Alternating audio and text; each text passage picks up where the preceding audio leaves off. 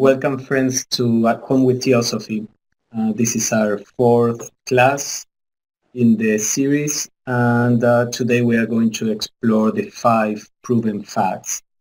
Right, along with the, as we called them last week, the laundry lists. These 5 proven facts, what helped me as I went through this to remember is a couple things. Madame Blavatsky at this time in history, at that time, is trying to prove or, show proofs that what she's saying is indeed a fact and not just some fallacy that she's throwing out there.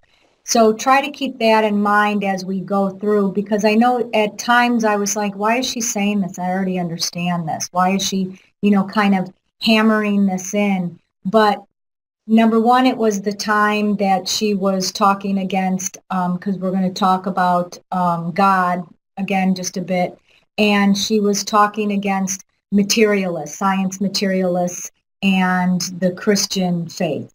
Mm-hmm. Yeah, or the Orthodox understanding of Christianity, which the common idea of God, one of the arguments that she makes here is that the common idea of God is just self-contradictory.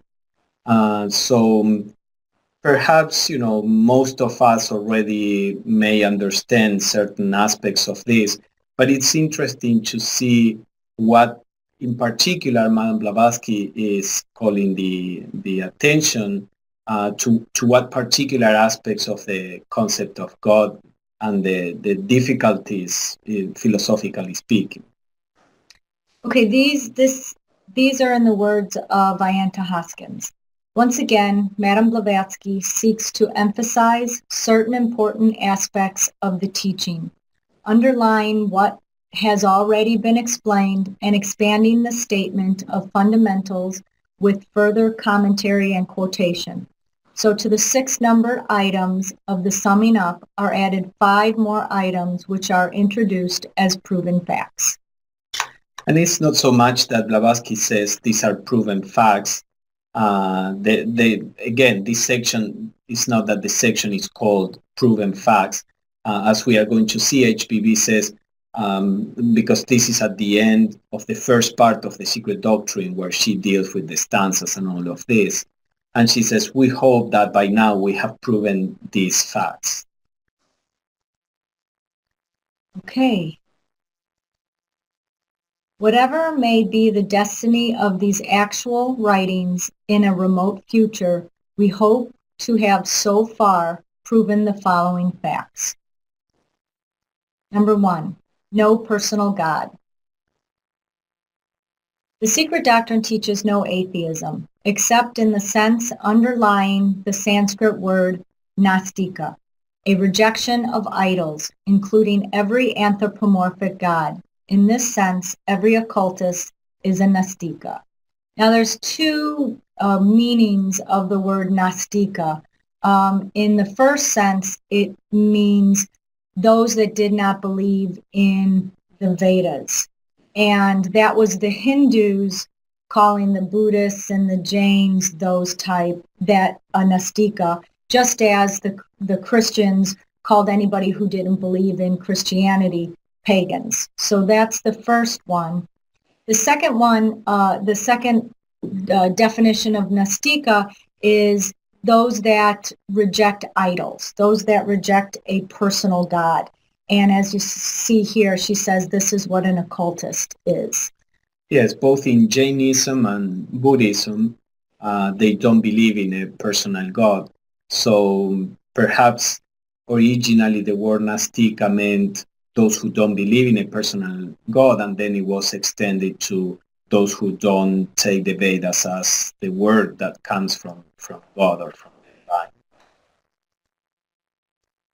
So this is a quote from the Mahatma letters we introduced here that talks about this particular subject.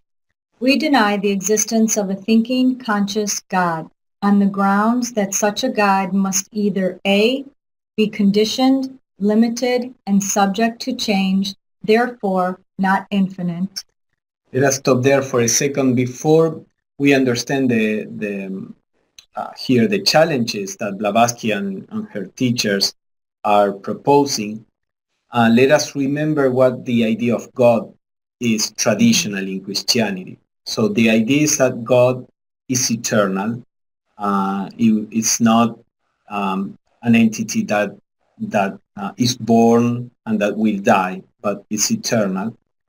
It is non-material at all because God was there before matter existed. Actually, God created matter. So it's completely spiritual entity. We know that God thinks and have actions, and according to the Old Testament, for example, it gets angry or favors those who praise him, etc. But at the same time, God is thought to be absolute, immutable, infinite. It's thought to be infinite, but it's thought to be outside of creation, not interpenetrating everything. So there are certain contradictions that now Blavatsky and the masters are going to point out. So the first one is, as he says, there are two options. Either God is conditioned, limited, subject to change, and therefore is not infinite, is not absolute, is not eternal, or B, if he is represented to us as an eternal, unchangeable, and independent being with not a particle of matter in him, then we answer that it is no being but an immutable, blind principle, a law. Mm-hmm. So if you think, we are not used to thinking rationally about these things. Of course, the mind cannot grasp what God is, but the mind certainly can grasp what God is not, what God cannot be. Sometimes people say, oh, you cannot discuss this because this is beyond the mind. Well, we shouldn't give up the mind so fast. There is quite a bit of work that the mind can accomplish. And unless we do that, if we don't do that, then we will probably hold certain things that are clearly not true. So from what the masters and Blavatsky are going to do, and we will see it in a few slides, is to put to test this concept of God. So continuing on, and yet we believe in planetaries and endow them with a universal mind. Intelligence, as found in our Dhyan Chohans, is a faculty that can appertain but to organized being. However imponderable or rather invisible the materials of their organizations. I'm going to stop right there. Okay. So because I noticed in this one, she uses a lot of synonyms. In him. He uses a lot of synonyms for the same thing. So planetaries are also the planetary spirits, which are also the Dhyan Chohans. Which are celestial beings. And appertain means apply to. So it's what he's saying here is that the intelligence that is found in the Dhyan Chohans is applied to an organized being. And however you can't think of it or it's not seen, this is the material of these Dhyan Chohans or these planetaries. Mm-hmm. So he's on one hand denying that an absolute God can have thought and actions and intelligence, but then in the esoteric philosophy there are divine beings. So one can ask, how come that if God cannot be intelligent, how come that these divine beings or celestial beings can be intelligent? So the master says, basically, as we are going to say, well, but the divine beings are limited, are not eternal, and are not absolute, and this is what he's talking about here. So intelligence requires the necessity of thinking. To think, one must have ideas. Ideas suppose senses, and how can anything material belong to pure spirit? The bodies of the planetary spirits are formed of matter in its highest seventh state. So what we have to remember is that the absolute or the ultimate God is omniscient. It's omnipresent. It's what's the other one? Unchanging. Yeah. Immutable. So once you have intelligence here, you have thinking. Once you have thinking, you have motion, and that motion is what's creating matter. So you can't have just spirit if you have these other things, as they're pointing on. Yeah. So the masters are not against the idea of celestial beings or the idea of gods. Actually, there are gods, but gods are limited. They manifest with the new cycle of evolution, and then they are absorbed in this absolute reality as everything else.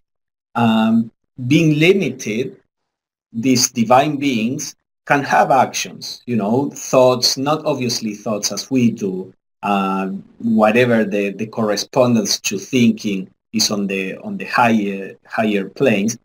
So the divine beings can have this kind of thought or actions. They have their own kinds of senses, their own kind of matter, this very spiritualized matter. They are not pure spirits, as we are going to see. The problem comes when we want to take any of these divine beings, even the logos of a system, and say this divine being is absolute, rules the whole universe, and is eternal, and yet is limited and has all this activity. Okay, so this here is a diagram that I asked, or I wanted to put in, because what it shows to me is, let's go back here to this one.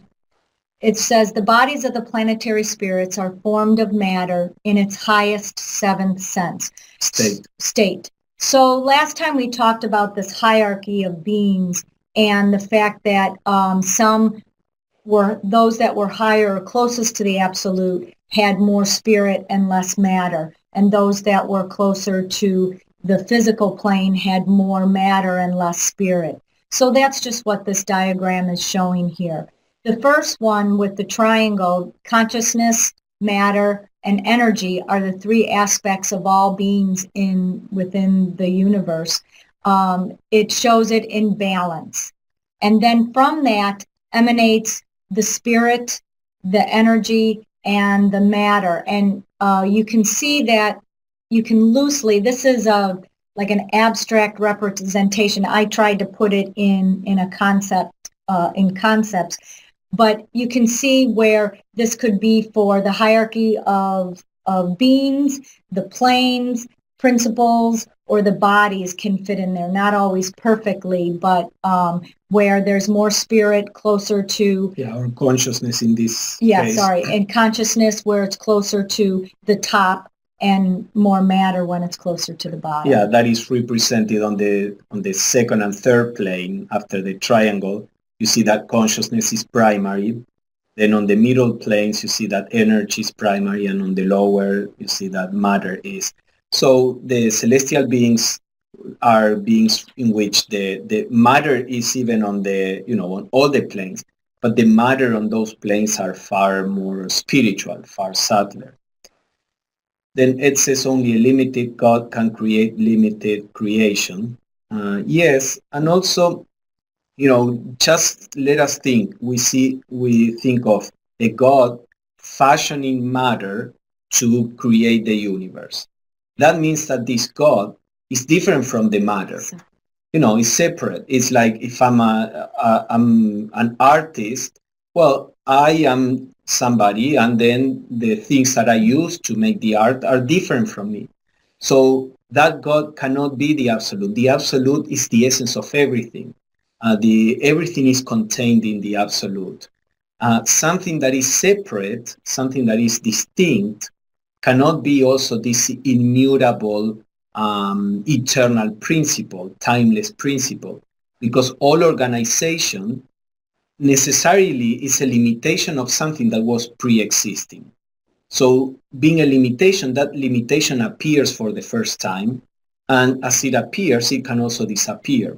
So, we don't need to go into the metaphysics of this, but if we really think about what this these things mean, it is obvious that it's okay, there are gods, but those gods are limited. They cannot be the absolute reality. And the absolute reality cannot be a being. That's why Blavatsky calls it beingness. It's the essence behind every being, whether an ant or a god. The beingness is the essence that is behind everything, absolutely everything. Okay, so the first proven fact was that there's no personal God. So now she's going to break down and we're going to talk about the demiurge. And here she uses a bunch of different synonyms again. So we have the logos, we have the demiurge, we have the demiurgos, we have dianchohans, we have celestial beings. And then she'll talk about aggregates and collective. So if we keep that in mind, that's what we're talking about here, is that part of the gods per se. Yeah, the demiurge is a English or anglicized word for demiurgos. Demiurgos comes from the Greek, I think, or Latin, and it basically means the creator. This was developed by Plato and the Neoplatonists, this word. And was the idea of a creator of the world or the system, whatever system it is, solar system, is a creator. But in the Platonic view, just like Blavatsky and the masters are saying, this creator comes out of something that is eternal. The creator is born, and then it is in charge of fashioning the universe. So demiurge is a word that they used for the creator. The secret doctrine admits a logos, or a collective creator of the universe, a demiurgos, in the sense implied when one speaks of an architect as the creator of an edifice, whereas the architect has never touched one stone of it, but, furnishing the plan, has left all the manual labor to the masons. In our case, the plan was furnished by the ideation of the universe, and the constructive labor was left to the hosts of intelligent powers and forces. So here you see the first thing that Blavatsky says is that this creator is a collective creator. This is a key concept in Blavatsky's view of the creator or the creative forces. So let's see the diagram that follows, and we'll see. So, yeah, go ahead. No, I was just going to say, so this cosmic ideation is the architect that she was talking about, the one who has the plan, and we can see off to the right side of it, the divine plan. Now, this cosmic ideation is not a being. This cosmic ideation is a more abstract principle. It's the let's say the intelligence that is intrinsic in the universe. So Blavatsky would always place emphasis, because otherwise we just transfer the idea of God to the cosmic ideation. Now, the cosmic ideation is not eternal. The cosmic ideation itself appears when manifestation begins, and then it is reabsorbed in the absolute at the end of the evolutionary journey. But the cosmic ideation would be, as Michelle said, the divine plan, the blueprint for the universe. So this is like the architect, allegorically speaking. So then we have the second part that she called the demiurge, which she used words, the masons or the builders, the hosts of intelligent powers and forces. This is the dianchohans, the celestial beings. So all those things, that's what this is right here in the middle. Mm-hmm. And these are the powers that fashion the cosmos. So you can see that that's why she was saying, one thing is the architect. You can say the architect was the creator of this building, but the architect actually never engaged in building it. It just furnished the blueprint. So that is the cosmic ideation. And then the masons, the builders, are the actual creative forces. And that is the demiurge. The collectivity of the builders is the demiurge. the creator. And then their creation, or it's not really their creation, what they build, the builders, what they built is the cosmos. Mm-hmm. Why just one architect? Well, because it's not one in the sense, again, the cosmic ideation is just this abstract principle that is there. It's not quite a being. It's not, a particular being. It is something that is more differentiated than the absolute. But it is when the absolute manifests, or when manifestation happens within the absolute, there is a certain pattern that is behind that manifestation. That pattern is the cosmic ideation, or the divine plan. And then the idea is that all the celestial beings embody or follow that divine plan in creating the cosmos. But so they could be the plan in motion. Yeah, they are the plan in motion, right. Yes. So they're not really different from the plan. They're just the moving of it. Mm-hmm. Okay, so Deborah says the Gnostics saw the demiurge as a flawed creator or creator of suffering. Does HPB's, the Theosophical teachings, have this view? Not quite, although we will see that there are some elements of that. But, at the beginning of the Christian era, there were the early Christian Gnostics and the Neoplatonists. Many of the Christian Gnostics would say that the demiurge was a flawed God, as you are saying, and that the cosmos is a mistake. It should never have happened. It was created in the wrong way, and the divine spark of people got caught in the creation, and the creation is a prison. And some Gnostic groups go to the extent of presenting the demiurge as this evil figure that just wants to keep people in materiality.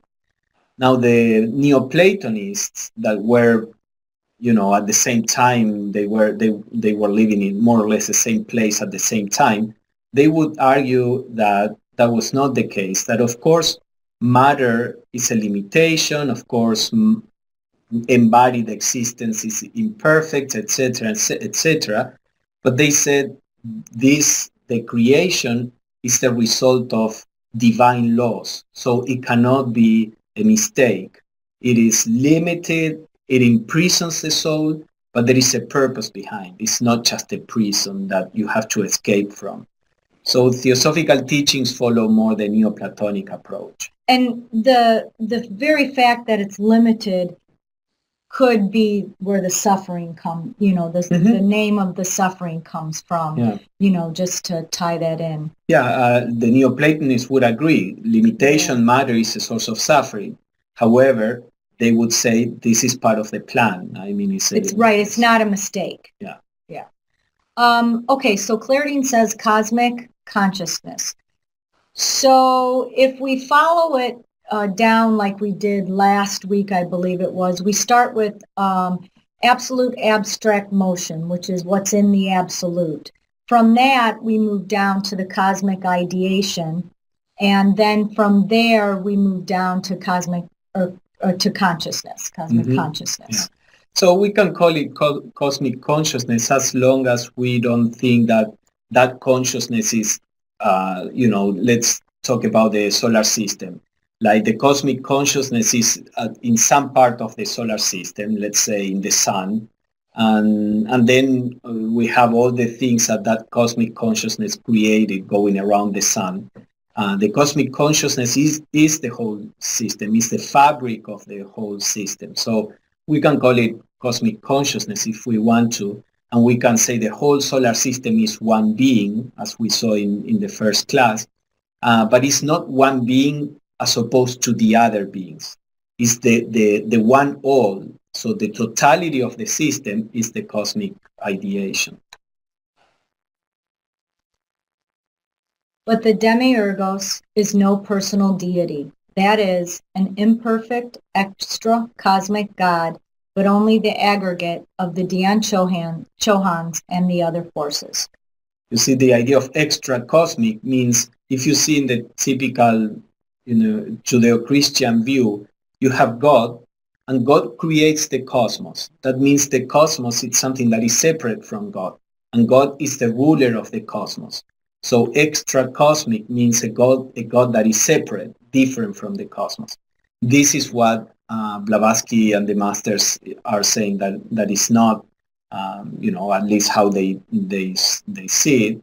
The divine is in the cosmos, and therefore the creator is the aggregate of all the creative forces. Right. So here again, if we go back to our synonyms, and we talk about the demiurgos, the demiurge, the collective, the collective Dian Chohans, the celestial beings, then we can see that what Christianity or what religions are calling a personal deity, this is not what the demiurge is. And so I found this picture in the Theosophy wiki that I thought kind of explained this really well. So here we can see that this is the collectivity or the aggregate of it all. Yeah, you see all the celestial beings there. That is the demiurge. Blavatsky says it's like when you talk about an army. You can say, I don't know, the American army did this over there. What do you mean by that? Is that a being? No, it is a collectivity of beings, or the soldiers. But it is fine to say the army did this. The army built these bridges, in that country that needed help. But that doesn't mean that there is a person that is the army. So in a similar way, we talk about the demiurge created, fashioned the universe, but that demiurge is a collectivity of creative intelligences. And just like in an army, there are certain groups that have certain jobs in order to get it done. So is this, and we'll see that in the next fact. Mm-hmm. Which is right here.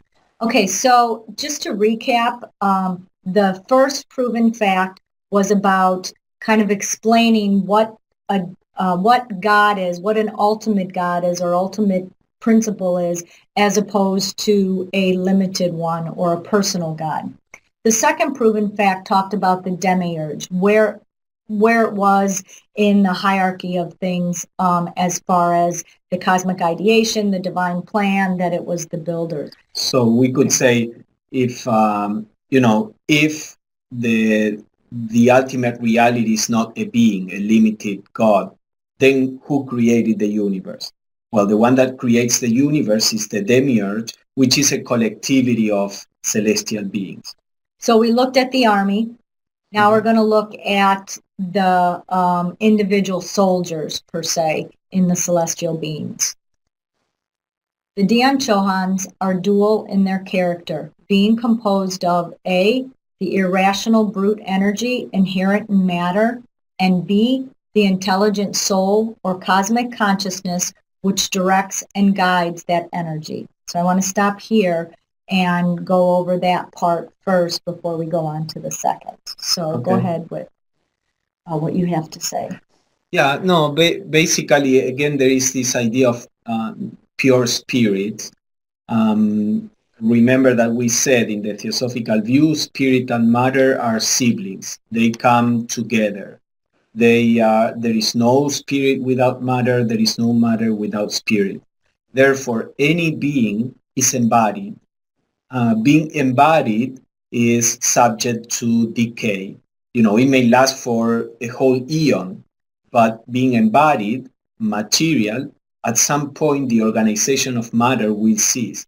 So any being is material, is embodied, cannot be eternal or timeless. It is limited, but also there is intelligence there. So all the celestial beings in the Theosophical view have these two attributes, divine intelligence and a material aspect. And it's really nice here how she worded the interplay between the three aspects that we saw earlier, the energy, the matter, and the consciousness. When she says the irrational brute energy inherent in matter, so it's not a separate thing. It's not three separate things there. And then the intelligent soul, or the cosmic consciousness, which directs and guides that energy. Mm-hmm. Now, it says, is there a general of the army in this case? Yes, well, Blavatsky, because I guess she had a more of a Buddhist approach, she made a lot of efforts to not talk too much about a general, because then it's easier to think of a limited God. So for her, the general is more like an abstract plan that the soldiers have access to. There is like the seven logoi, which would be like a group of, let's say, 7 celestial beings that can intuit the plan, and then they pass that plan on to the different levels of the hierarchy. Now, Annie Besant and Leadbeater felt more free to talk about the logos as an entity. Again, not an entity separate from other entities. The entity as a whole system, but there is like a center of consciousness of that entity, just as we have a brain and we have a heart and we have different parts. So they would talk of the logos more in terms of something that could be like a general. But again, that logos is not absolute, it's not eternal. The masters are okay, as I said, and Blavatsky, with the idea of a celestial being, a god, of a system, as long as we don't go to the extent to making it timeless, absolute, infinite, etc., etc. So, Susan, your question is perfect. Why Pablo hates when I put concrete things up for abstract ideas. So she asked, why are they shown with wings in the previous artwork? So that's not a theosophical piece of work. That was just something that I saw on the wiki that really kind of solidified the aggregate or the collectiveness of it. So yeah, that comes from Christianity. It was in Dante, Dante Alighieri, the Divine Comedy. I don't know if it was in the original publication or it was later on added, but it's more the Christian idea of angels with wings. Yes, what Michelle is saying, that the idea there is to give this idea of the creator as this collectivity of creative forces rather than a particular being, which, Blavatsky would argue that is the same in Genesis, because Elohim is actually a plural name. So we are talking about God, the creator, as they. Of course, some people say, well, because of a question of respect or something like that, God was referred to in the plural. But Blavatsky said that is not really the reason. She said the reason is that those who wrote the Genesis knew that the creator is a collectivity of beings. So that would be her argument. So the second part, it is the Dion Chohanic thought reflecting the ideation of the universal mind. This results in a perpetual series of physical manifestations and moral effects on earth. During the Manvantaric periods, the whole being subservient to karma. Now she throws these two where, remember we're talking about the celestial beings, but these two last points are kind of important. They are limited within the Manvantaric period, so they emanate and then they de-emanate. Dissolve. They dissolve. Yeah. And then they follow the law. They follow the law of karma. There is no free will thinking in that sense going on. Everything they do is that innate motion which follows the law of karma. And that's also the idea the creators, or the creator as this aggregate, is not omnipotent. it's subservient to karma. Karma is said to be the expression of, the ultimate expression of the absolute in the cosmos. So any manifested being, whether we think of that as the logos of a system or the collectivity of celestial beings, etc., none of these are omnipotent. They all work within the rules of that particular system. That's why, again, the Masters of Blavatsky are against the idea of this omnipotent God that is at the same time a being. Okay, so we're going to go here to this little diagram, and I'm going to read again the quote, the second half of the quote. So it is the deontohonic thought reflecting the ideation of the universal mind. This results in a perpetual series of physical manifestations and moral effects on earth. And then during the Manvantaric period, the whole being subservient to karma. So I just put this in because there's a lot of words in there that have synonyms, and when I put it like this, it kind of sunk in a little more. Yeah, so it's always the same pattern here. The idea is there is an abstract ideation, universal mind, where the divine plan is, and we will see more about this. Then there are beings that enact or follow that blueprint and fashion matter. These are the builders. And all that happens on the physical plane and on the moral plane is the result of the activities of these beings. So here is where the aspect that is more or less similar to Gnosticism comes in. Okay, let's answer Ed's question of, is karma part of the divine plan? Yeah, I suppose we can say that. I would say the divine plan, is bound, or karma has to be an intrinsic part of the divine plan. Perhaps the divine plan, of course, is not a plan as we do in the mind of a logos, which is a mind like we have. All this is very allegorical. But there is, in the eternal now, when mystics enter in this state of consciousness where there is the eternal now, mystics or occultists, they say you can see there what is perfection for the system. For this particular manifestation, the perfect aim, ideal, the perfection of everything is there. And that is the divine plan. It's like the ultimate archetype of where things are going to. Now, because there is no creation, as we were saying in some of the previous classes,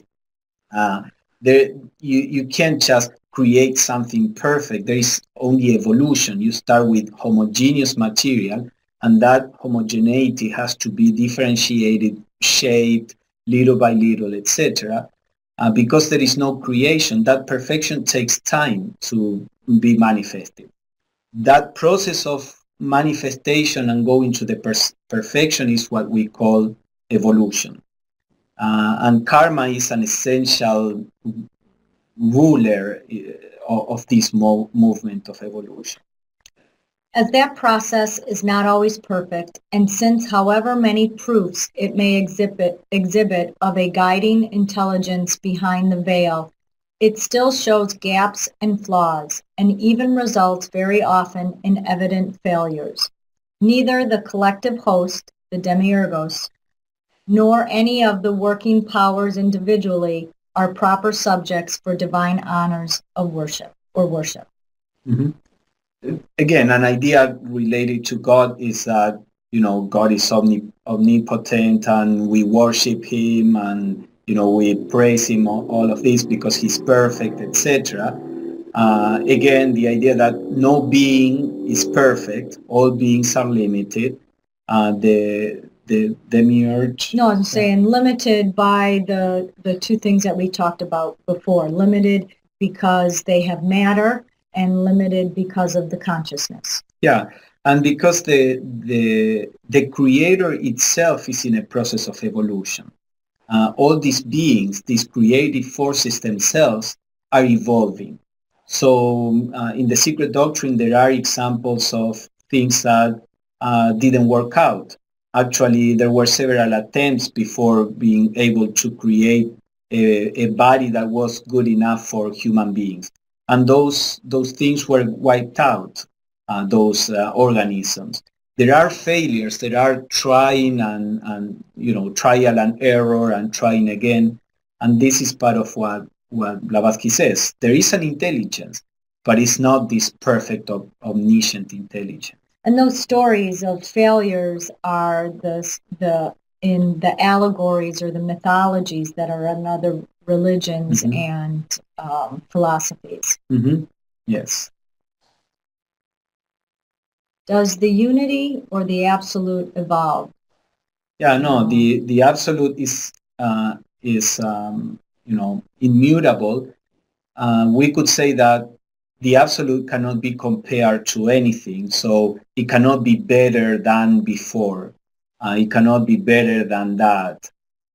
If anything, everything is compared to the absolute. The absolute is the utmost, the ultimate. So the absolute is the perfection itself, which we cannot understand what that means. Again, we tend to think of the absolute as an entity separate from the rest. The absolute is the space within which everything happens, is the source of everything, is the ground, the timeless ground where everything is rooted. So we can't really apply these concepts of perfection or not. But if we want to call it something, we would say it's perfect, although every imperfect being is just part of the absolute. So perfect not denying imperfection. Right. So the things that evolve are the partless parts of the absolute that are manifested. So those are the things because they come from a unity, but in their descent into matter, at whatever level, there is separation, and with that separation, you can't have perfection. Yeah. As soon as you have a form, that form can change for the better. So that as soon as you have an entity, that entity can evolve. But the absolute is beyond; it's not an entity. All are entitled to the grateful reverence of humanity. However, man ought to be ever striving to help the divine evolution of ideas by becoming, to the best of his ability, a co-worker with nature in this cyclic task. This is one of two places that I saw that Madame Blavatsky put in a little practical things for us to do. Here, since becoming, to the best of his ability, a co-worker with nature, this is how we think. This is the divine the thoughts that we put out there. They can either help humanity or help evolution, or they can go against it. So in our daily practices, we can, do the whole gamut of, watching our thoughts and keeping our thoughts on things that are more spiritual. Mm-hmm. So she says, the celestial beings are not, they are not perfect. They should not be a source of worship. However, we should be grateful and reverent because they are, the ones that are guiding this manifestation. But at the same time, we are part of that demiurge. We are not different from the celestial beings. We are celestial beings incarnated. We are also constantly creating. Look at what we are doing with the world. We are creating without wisdom, and that may produce certain problems in the world. But not only physically, we are constantly emanating beings, as Michelle said, with our thoughts, etc. So the point of view of the esoteric philosophy is that we too are part of this demiurge, and we should do our best to be good at that, to create properly, not to create entities that go against what the other celestial beings are trying to create.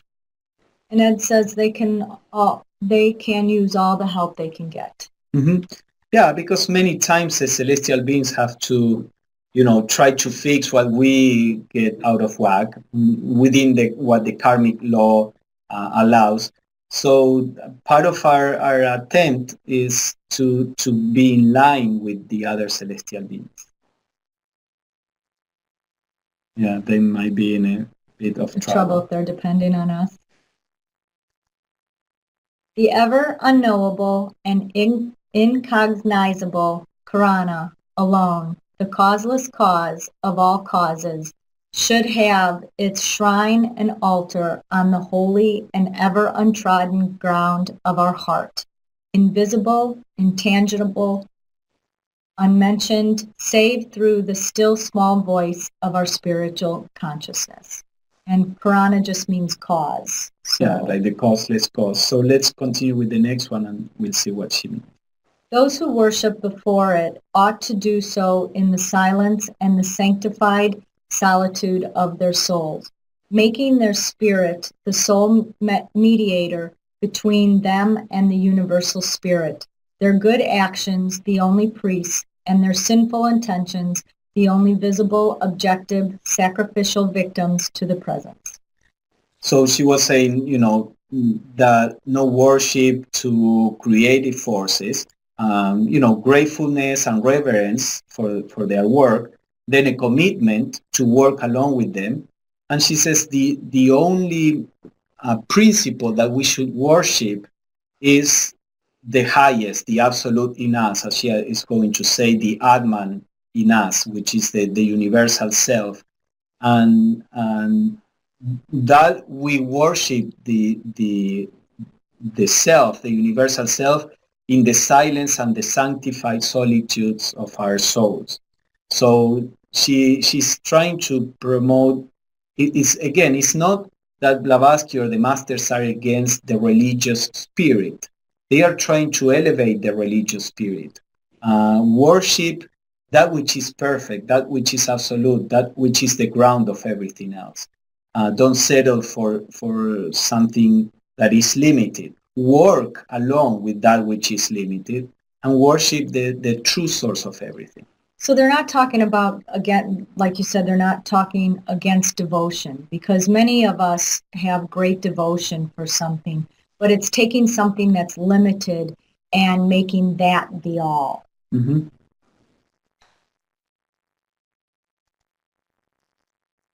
When thou prayest, thou shalt not be as the hypocrites are, but enter into thine inner chamber, and having shut thy door, pray to thy Father which is in secret. Matthew. Our Father is within us in secret, our seventh principle in the inner chamber of our soul perception. The kingdom of God and of heaven is within us, says Jesus, not outside. So just a couple things here. Remember that God is not separate from us. It's not outside of us. And this is just here showing where in Christianity Jesus is saying this, or Matthew is quoting what Jesus says. And it's another place here where she's talking about something practical, something that we can do. In meditation is what we're looking for. We're looking for that seventh principle, that Atman that we can get to, that silence, which is universal, which is far from personal. Mm-hmm. Okay, so we have covered the no personal God, what the demiurge is, what the individuals within the demiurge are, and now we come to matter. Matter is eternal. It is the upadi, or physical basis, for the one infinite universal mind to build thereon its ideations. Therefore, the esotericists maintain that there is no inorganic or dead matter in nature, whatever science may think, however, and exact science is a fickle dame. It, as we all know by experience, occultism knows and teaches differently. So we already discussed this, the idea that matter, or that consciousness is everywhere, that matter, there is no dead matter. But also she's bringing up here that matter is eternal, because as we have seen, part of her argument was that there is no pure spirit, that matter is not created by a God that is pure spirit, but that any being in the universe, from the highest God of a system down to the lowest, has an aspect of matter. So now what she's focusing is on this idea of matter, that matter is eternal. Dr. Anna Kingsford, she was president of the London Lodge back in the late 1800s when Blavatsky was around. The able translator and compiler of the Hermetic fragments remarks, the idea here is that the material of the world is in its essence eternal, but that before creation or becoming, it is in a passive and motionless condition. Thus, it was before being put into operation. Now it becomes, that is, it is mobile and progressive. Okay. So basically the idea is that matter can be in two states, a passive and motionless condition. And Blavatsky would take exception of the idea of motionless, but let us not go into that detail. The idea is that matter can be in a passive condition, like this, substance before being manifested, this pre-cosmic substance. When manifestation, and in that sense, it always is. It's eternal. It is part of the nature of the ultimate reality. Now, when manifestation begins, that substance begins to differentiate, and then it falls into evolution and change and mutability, etc. So not really motionless. Yeah, and Marina says that does Atman have an aspect of matter? Not in Blavatsky's view. Atman is simply like the absolute reality in us, because Atman is not a being. It's the universal beingness, self. So the Atman is equivalent with the absolute. Mm-hmm. Yeah, Atman, we could say, is the presence of the absolute in us, in a sense. Whenever we try to define all these things, the language is not adequate because the absolute is everywhere. But Atman is the most unconditioned aspect of the absolute in us. So we would say it's devoid of matter because it's before spirit and matter appear. Separate, yeah. Yeah, separate. Yeah. Now, Blavatsky had, later on, Besant Leadbeater Blavatsky was presenting like a more simplified aspect, I think. Later, Besant Leadbeater would describe the atmic plane also as being material, but being only atomic, and not atomic in the physical sense. But this is like the ultimate or primordial substance from which everything comes. Like the building blocks. Yeah, like the building blocks in a sense. So you could say they're materialless or matterless matter, mm-hmm. because of the fact that consciousness, energy, and matter, just like in that diagram, they're all equal. There isn't one more than the other, and they're all equal, but they're not there. Mm-hmm. Yes, and also Besant Leadbeater talked about two planes above Atman, because they were looking at the whole solar system. So the highest plane that they call Adi would be like, the absolute aspect of those 7 planes. Blavatsky was talking more about the lower 5 planes, which are with it's the cosmos for a human being. This, if I'm mentioning this because many of you study the writings of later Theosophists, so this is how you would, combine the two. But in Blavatsky's system, Atman is the absolute. Right. So in Blavatsky's system, she only gives 5 planes of matter. Well, yes, she doesn't. The 2 higher ones, the Adi and Anupadika, are universal. Yeah, and she mentions it only when talking about the tattvas. Basically, she doesn't mention them. So she talks about 7 planes within these 5 or 7 states of consciousness. We can't go into all that detail, but. Or, as in the philosophy of Paracelsus, everything is the product of one universal creative effort. There is nothing dead in nature. Everything is organic and living, and consequently, the whole world appears to be a living organism. So this, again, we have to remember we're in the realm of matter, and she's using these facts from other places to prove that there is no dead matter, or what the constituents of matter are here. All right, the ideal archetypes. So we've done no personal God, the demiurge, the collectivity of the demiurge, matter, and now we're on the ideal archetypes. Do you want to give a definition for archetypes? Yeah, archetypes in the sense of Plato, not so much Jung. Blavatsky will mention Plato, and maybe we can say there. No, I know that. No, I want to do it here, just because I looked it up and I got the all the definitions. But whenever I hear archetypes, I always get confused because Plato talks about them differently than Jung does. Mm-hmm. So it's just so we can have in our minds. Yeah. So in Plato's view, which is what Blavatsky uses, the archetypes are like this.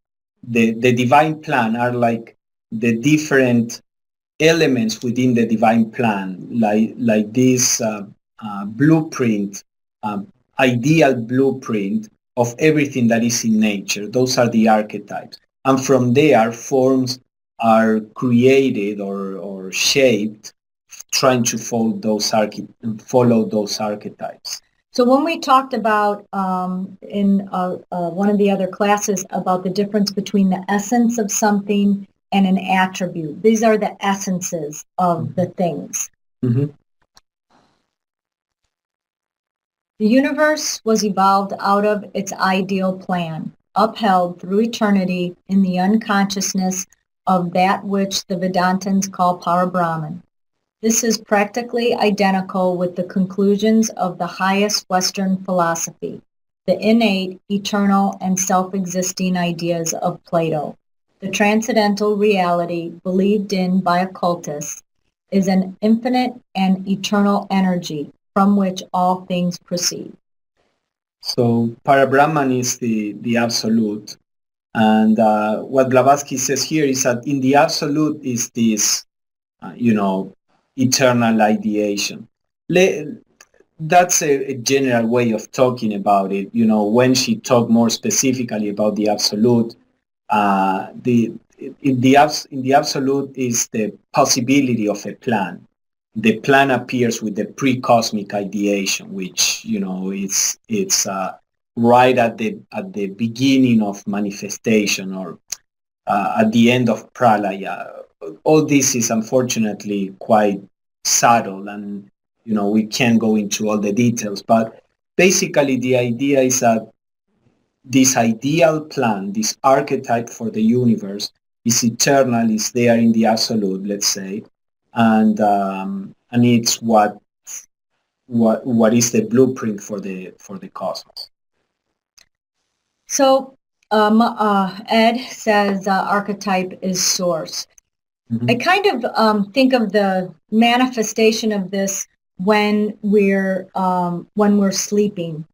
If sleeping is pralaya, there comes a point where we start to come out of sleep. We're not fully awake yet, but in that we have ideals or archetypes or essences that can come up for things that may later be more concrete of thoughts, but they're kind of in a jumble. And there's no real cutoff place where you say, okay, I was sleeping, now I have ideals, now I have thoughts, now I'm awake. So I always think of it like that flow.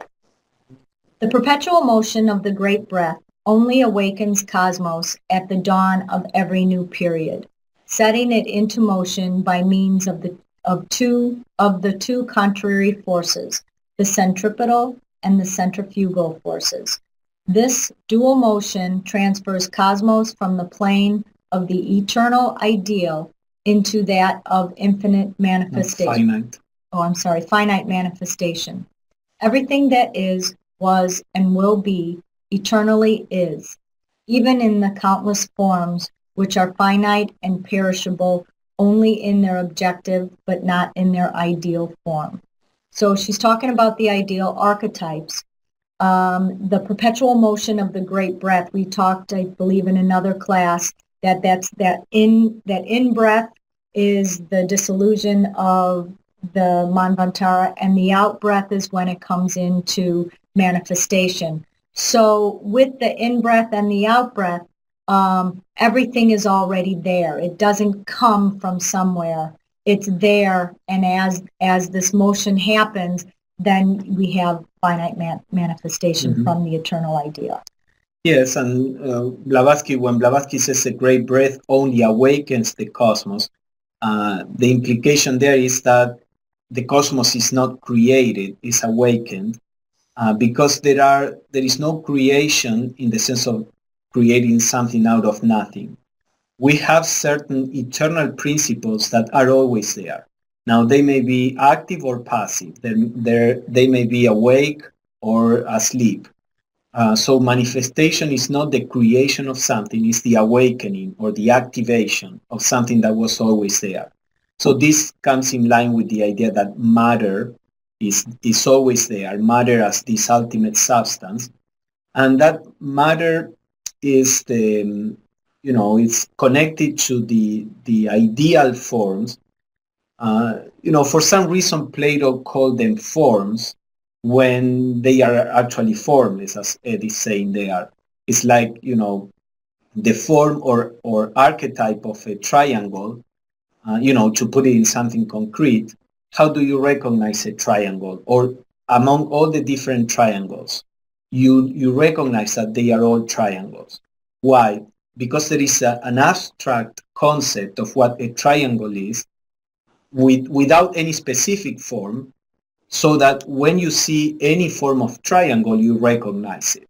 So that would be like an archetype or the ideal form of a triangle, which is formless. So the same happens with everything in the cosmos. There is the abstract ideal of a human being, or a tree, the treeness that Michelle mentioned in some other class, which is not any particular tree, but is what allows us to recognize all trees. So the cosmos is simply the embodiment of these formless ideas.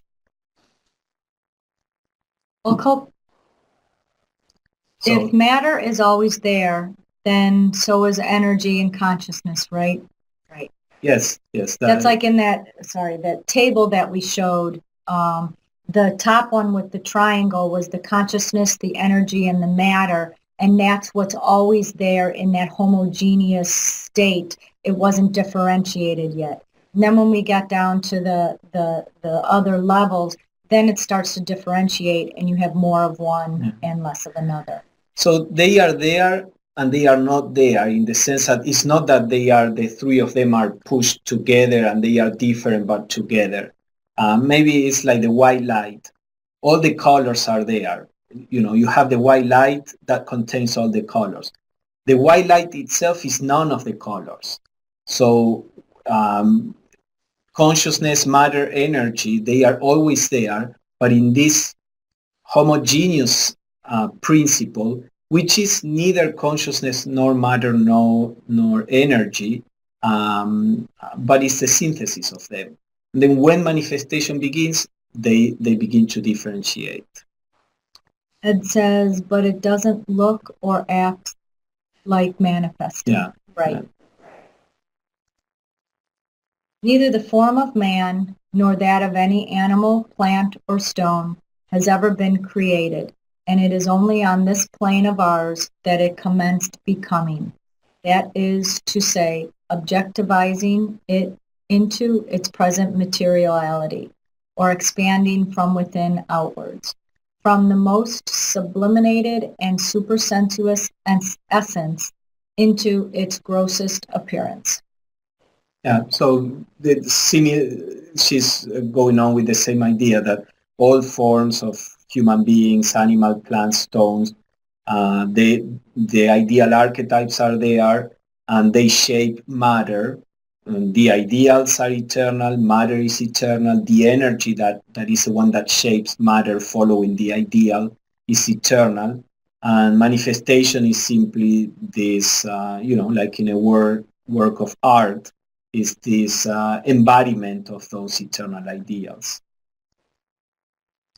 Therefore, our human forms have existed in the eternity as astral or ethereal prototypes, according to which models the spiritual beings or gods whose duty it was to bring them into objective being and terrestrial life, evolved the protoplasmic forms of the future egos from their own essence.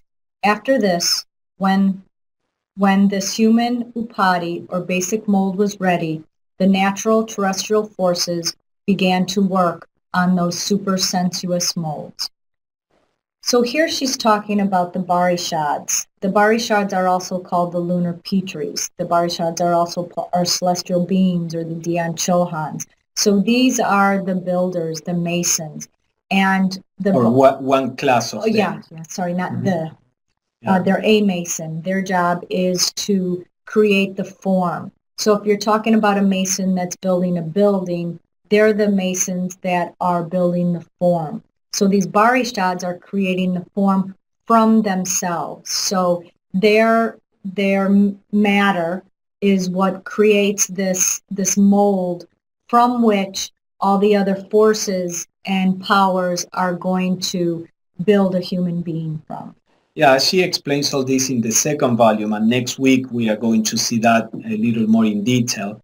I think she's bringing this up because this is an example applied to a far lower plane of how even the form of a human being comes from an ideal mold or archetype. These celestial beings, as Michelle was saying, these Barishads, they emanate like an ethereal form of a human being around which nature builds the human physical body.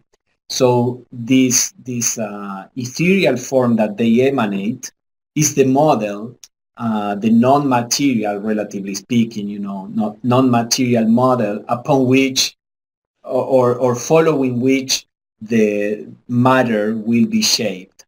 So in a similar way, we could think of God emanating a mold, that the universe will be created using that mold. Again, all this allegorically speaking.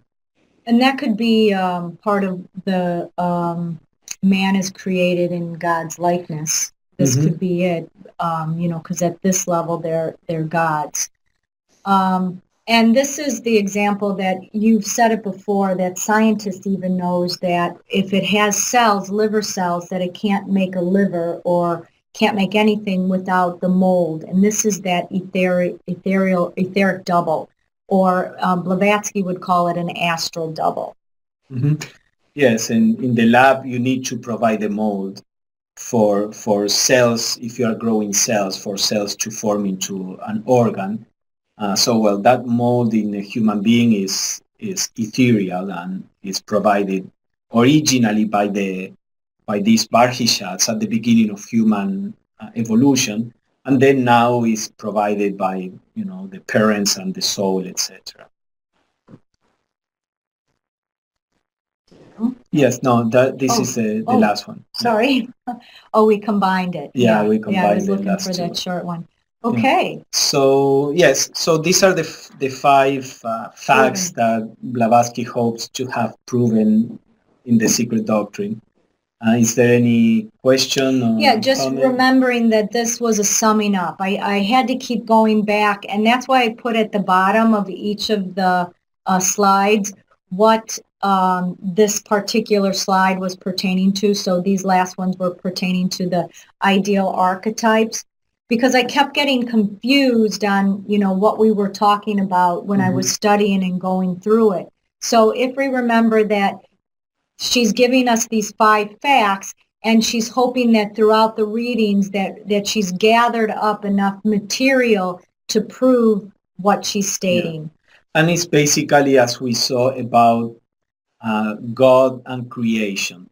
God and creation from the point of view of the esoteric philosophy. What is God, and the creator, and what is the nature of these celestial beings, and what is the nature of of matter, which is used to create the forms, and how are the forms shaped, following the divine plan or these archetypes. Right. Showing what Ed had said here, everything comes from something else, that there isn't any creation. Out of nothing, yeah. I see Deborah is typing. If anybody has any comment or question, feel free. Is there any point to be gleaned by matter being listed before ideal archetype? I'm not sure I understand the question. Is there any point to be gleaned? Yeah, let's see to clarify it. I mean, in the proven facts.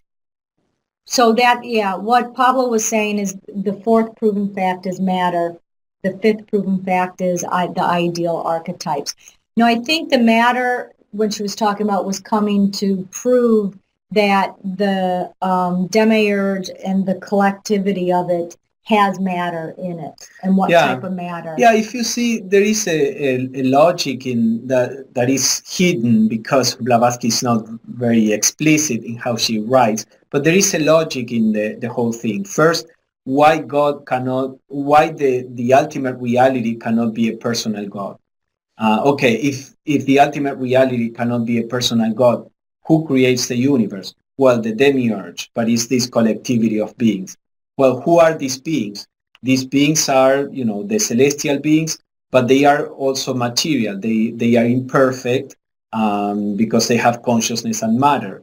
How come they have matter? Isn't matter created? No, matter is eternal along with consciousness and energy. And how is matter shaped? Well, there are these eternal ideals, and the universe is not a creation, it's simply the shaping of matter following these eternal ideas. So there is a logic in the argument there, which can be gleaned after you studied this, 200 times. Yeah. And Ed says, and they are evolved from something else. Yeah, we already read that. All right, anything else? Oh, no, everything it's similar. Oh, yeah. And they are evolved. Yeah, they're celestial beings, I suppose. Okay.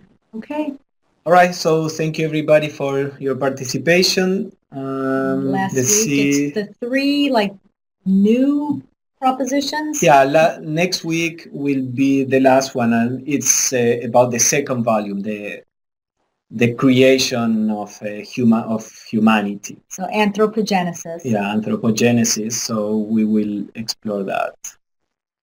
Okay. All right. Thank you, everybody. Have a good night.